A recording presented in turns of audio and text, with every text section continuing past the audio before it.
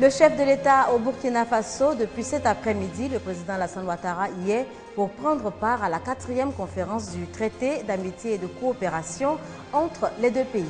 Les lauréats du prix Alassane Ouattara du jeune entrepreneur connu depuis cet après-midi, 20 jeunes au total qui bénéficieront de 10 millions de francs CFA pour le financement de leurs projets. Et puis la Russie, toujours sous le poids des menaces, 37 milliards d'euros d'amende à payer aux actionnaires de la compagnie Iukos. Voilà pour les titres. Madame, Monsieur, bonsoir. Le chef de l'État, le président Alassane Ouattara, s'est envolé cet après-midi même pour le Burkina Faso. Il y est pour participer à la 4e conférence du traité d'amitié et de coopération entre la Côte d'Ivoire et le Burkina Faso. La conférence qui sera co-présidée par le président Alassane Ouattara et son homologue burkinabé Blaise Compaoré et qui sera marquée entre autres par la signature d'une vingtaine d'accords, s'ouvre demain, mercredi.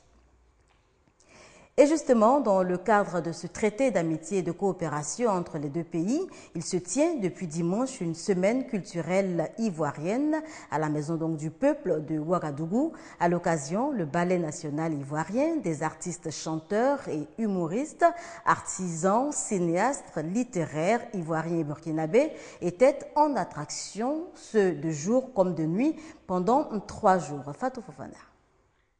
Le patrimoine culturel ivoirien, entre autres le cinéma, les arts plastiques, l'artisanat, au centre de la semaine culturelle ivoirienne au Burkina Faso.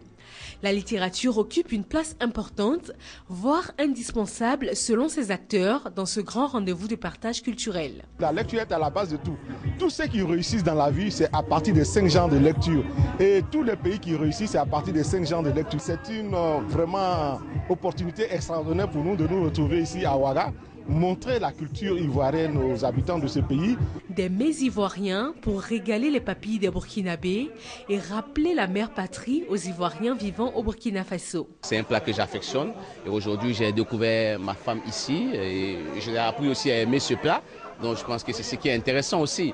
Donc nous dans notre gastronomie, on peut dire qu'on a 60% de mets ivoiriens et puis 40% de mets africains. Et pour digérer ces plats d'attiéké et d'aloko, une bonne dose d'humour à l'ivoirienne. Ici nous sommes au Burkina, c'est vrai qu'il y a un événement qui s'est déroulé ici qui est le crash de, vraiment qu'on dit encore, Yako, famille. Mais il y a un gars qui a menti à sa femme comme ça, que lui devait prendre l'avion là.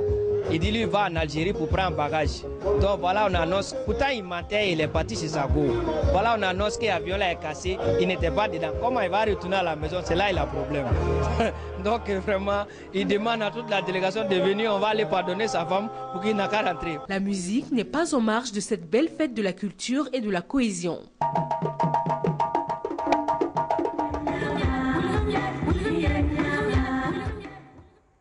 Le reportage signé Fatou Fofana, envoyé spécial de la RTI au Burkina Faso. Retour en Côte d'Ivoire pour aborder la question de l'emploi jeune. Le prix Alassane Ouattara du jeune entrepreneur pourrait en être une solution. 20 jeunes viennent de le recevoir. À la clé, 10 millions de francs CFA chacun pour la réalisation de leurs projets individuels. Un soutien financier qui leur a été remis par le gouverneur du district d'Abidjan, Robert Begré-Mambé, cet après-midi même en présence du Premier ministre Daniel Kablan-Duncan. Le compte-rendu de Hugues Hervé-Blé. Leurs projets de création d'entreprises sont les meilleurs des 1301 qui ont été présentés par des promoteurs âgés de 21 à 40 ans. Les lauréats du prix Alassane Ouattara du jeune entrepreneur émergent ont été célébrés en présence du Premier ministre Daniel Kablan-Duncan. Au total, 1283 jeunes promoteurs ont répondu à l'appel du gouverneur du district d'Abidjan, Robert Begré-Mambé, soucieux de vulgariser au sein de la jeunesse la culture entrepreneuriale. Pour chacun des lauréats, un compte bancaire correspondant au montant du projet présenté et admis sera ouvert dans une banque de la place. Une équipe de financiers soutenue par les financiers du district autonome d'Abidjan veillera à assurer la correspondance des décaissements aux réalités des actions entreprises sur le terrain. Pour accompagner les jeunes dans les périodes difficiles de démarrage, nous avons ouvert un centre dit d'incubation où chaque jeune aura à sa disposition les commodités connexes à tout lieu de travail. À la disposition de chacun des 20 lauréats, un financement de 10 millions de francs CFA. Les projets récompensés seront mis en œuvre dans l'élevage, la mécanique, la distribution, l'agriculture et les TIC. C'est la production et la commercialisation de la tomate cerise hors sol. Donc en fait, j'ai eu cette idée lorsque j'ai effectué un voyage et je me suis rendu compte qu'en fait, on n'avait pas ce genre de tomate en Côte d'Ivoire. Donc je me suis dit, bon, il faut peut-être essayer. C'est vendu seulement en supermarché et tout est importé. Donc pourquoi ne pas exploiter cette niche-là et pouvoir permettre à la Côte d'Ivoire de pouvoir vendre des tomates cerises. Mon projet est une application web qui permet de faciliter la gestion d'un hôpital. Mais j'ai eu l'idée d'entreprendre depuis 2008. Il faut dire que quand j'ai commencé, les difficultés que j'ai rencontrées, je ne les avais vraiment pas prévues. Et je pense que ces 10 millions arrivent comme une bouffée d'oxygène. Le Premier ministre a représenté le président de la République, Alassane Ouattara. Il a dit toute sa joie de participer à la remise du prix. À terme, c'est 120 entreprises qui devront être créées. Je tiens, au nom du président de la République, à encourager vivement les organisateurs de ce prix à persévérer dans cette œuvre de promotion de l'entrepreneuriat qui constitue une contribution positive à la résolution de la problématique de l'emploi des jeunes. Rendez-vous est pris chacune des 5 prochaines années pour de nouvelles éditions du prix Alassane Ouattara du jeune entrepreneur émergent. 20 lauréats verront chaque année leurs projets financés individuellement à hauteur de 10 millions de francs CFA. Une page religion dans ce journal avec la conférence extraordinaire de l'Église méthodiste unie de Côte d'Ivoire à l'ordre du jour, la vie de l'Église. La clôture de cette conférence le dimanche 27 juillet dernier a vu la présentation de 18 nouveaux pasteurs. Thérèse Kofi et Mamadou Okwasi. Depuis le vendredi 25 juillet 2014, l'Église méthodiste unie de Côte d'Ivoire, EMUICI, tient sa conférence extraordinaire.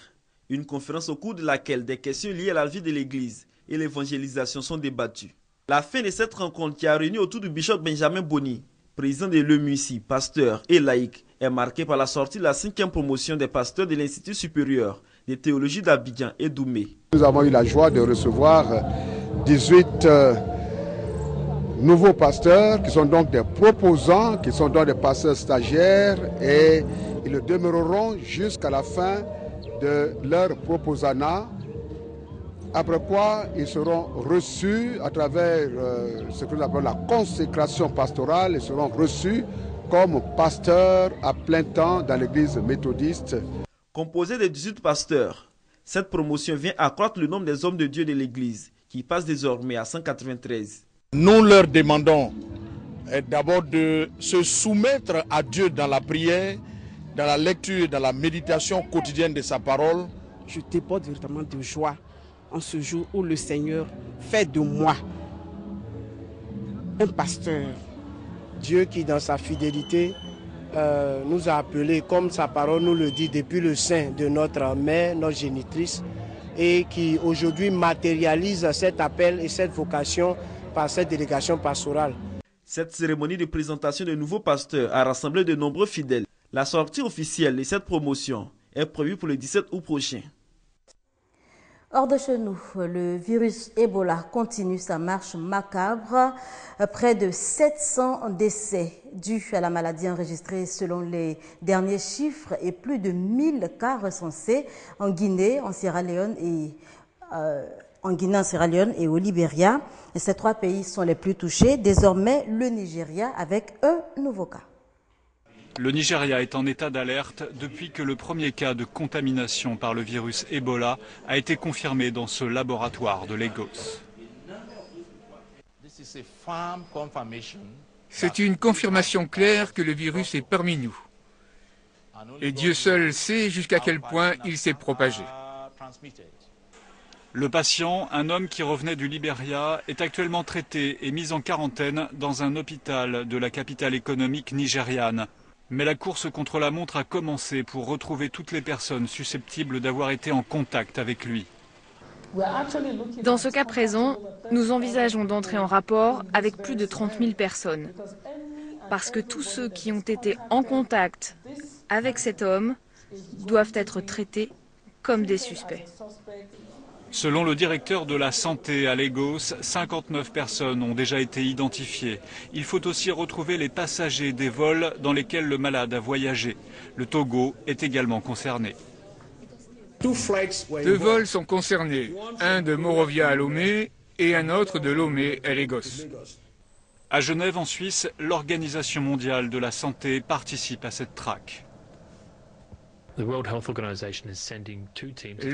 a envoyé 2 équipes d'épidémiologistes, à la fois au Nigeria et au Togo, pour retrouver la trace et essayer de retrouver les personnes avec lesquelles ce monsieur a voyagé pendant son vol.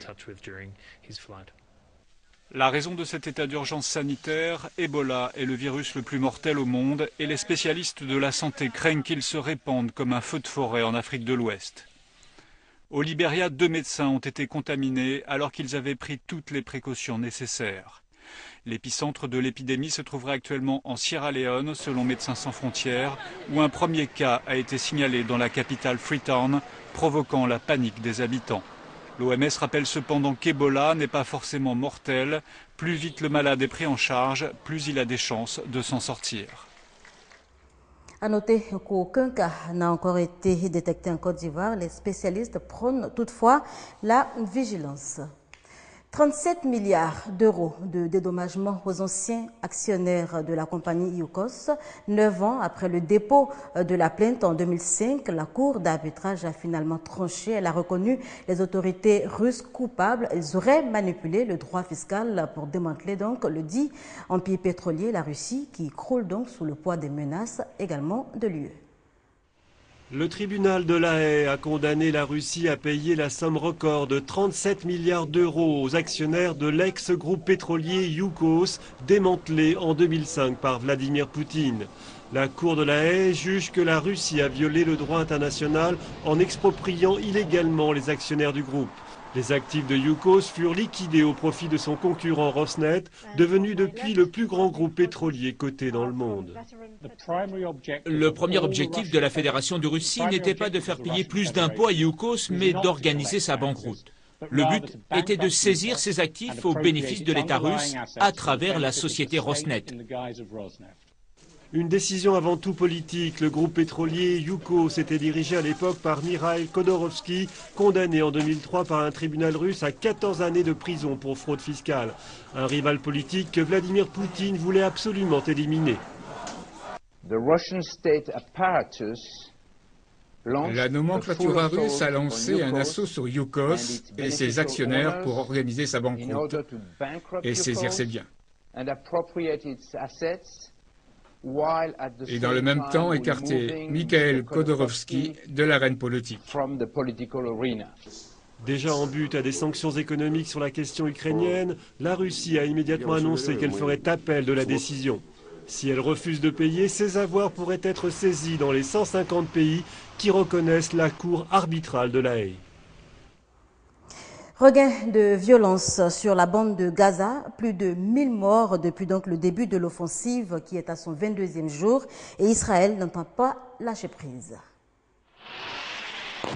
Ni l'appel de Ban Ki-moon à un arrêt des violences au nom de l'humanité, ni l'exigence de Barack Obama d'un cessez-le-feu immédiat et sans condition ne semblent émouvoir Benyamin Netanyahou. Toute la nuit dernière et ce mardi, c'est un déluge de feu qui s'est abattu par terre, air et mer sur la bande de Gaza, semant mort, panique et dévastation. À la mi-journée, l'unique centrale qui assure 30% de l'électricité du territoire palestinien était frappée par des tirs de chars, laissant entrevoir des heures encore plus sombres pour la population. Un déchaînement que le Premier ministre israélien, s'exprimant désormais en chef de guerre, avait annoncé la veille. Nous n'arrêterons pas le boulot. Nous n'arrêterons pas l'opération tant que nous n'aurons pas détruit les tunnels dont le seul objectif est de détruire notre peuple et tuer nos enfants. L'intensification de l'offensive bordure protectrice est d'autant plus féroce qu'avec 50 soldats tués, l'armée israélienne paye d'ores et déjà un prix plus élevé que les 13 morts de l'opération Plomb durci de décembre 2008.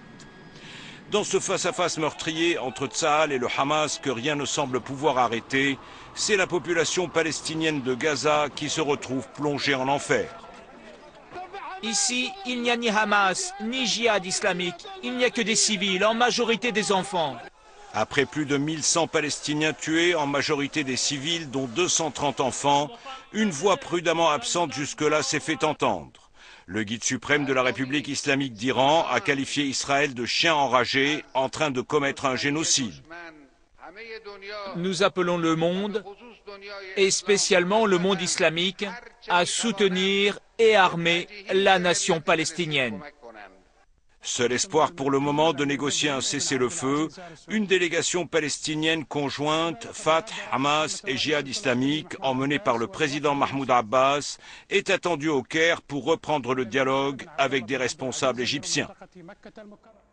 Voilà, c'est tout pour cette édition. Rappelons que le chef de l'État, le président Alassane Ouattara, s'est envolé cet après-midi pour le Burkina Faso. Il y est pour participer à la 4e conférence du traité d'amitié et de coopération entre la Côte d'Ivoire et le Burkina Faso. La conférence qui sera co-présidée par le président Alassane Ouattara et son homologue burkinabé Blaise Compaoré et qui sera marquée entre autres par la signature d'une vingtaine d'accords s'ouvre demain, mercredi. Merci de nous avoir suivis.